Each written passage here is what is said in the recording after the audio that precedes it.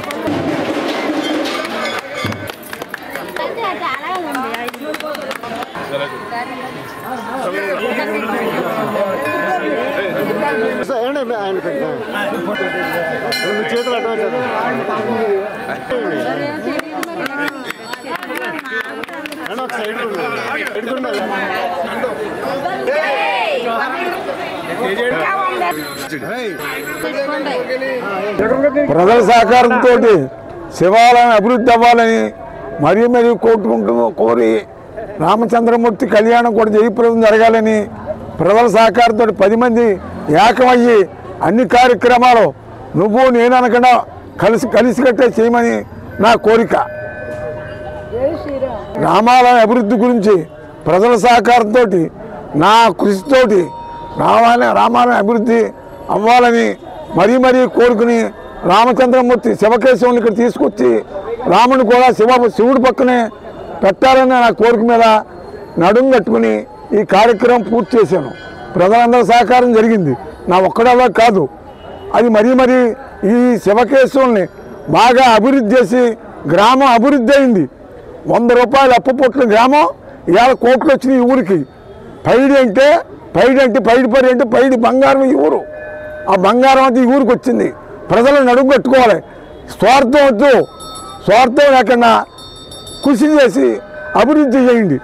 ఇంటికో పుష్పమెత్తే ఈ శివుడికి మాలవుద్ది. అది నా కోరిక. మరి జై జై శ్రీరామ్, జై శ్రీరామ్, జై శ్రీరామ్, జై శ్రీరామ్. రంగారావు ఈయన కృషితోటి ఈ శివాలయం అయితేనేమి, ఈ రామాలయం అయితేనేమి, మా చిన్నతనంలో శివాలయం కట్టాలని చాలా పెద్ద పెద్ద ఉన్నతమైన వ్యక్తులు కూడా ఆలోచన చేసినప్పటికీ కూడా అది కార్యరూపం దాల్చలేదు. అది ఒక రంగయ్య గారి కృషి వల్లే శివాలయం ఏర్పడింది, అలాగే రామాలయం ఏర్పడింది. ఇక్కడ ముఖ్యంగా ఒక వ్యక్తి గురించి చెప్పుకోవాలి మనం. లింగంపల్లి సుబ్బమ్మ గారిని ఆవిడ తన సర్వాలను కూడా దారబోసి ఆస్తంతా కూడా అమ్మి శివాలయానికి ఇచ్చింది. ఆవిడ ఇవ్వడం వల్లే పునాది పడింది.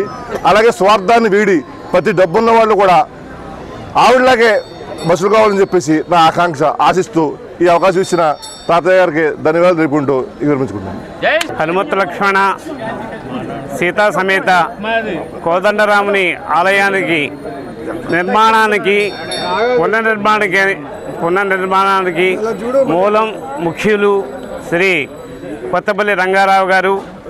అలాగే బ్రాహ్మణులకు 10 కేజీలు మూట చొప్పున 90 మందికి 90 బ్రాహ్మణులకి 10 కేజీలు మూట చొప్పున 90 మందికి పంపిణీ చేయడం,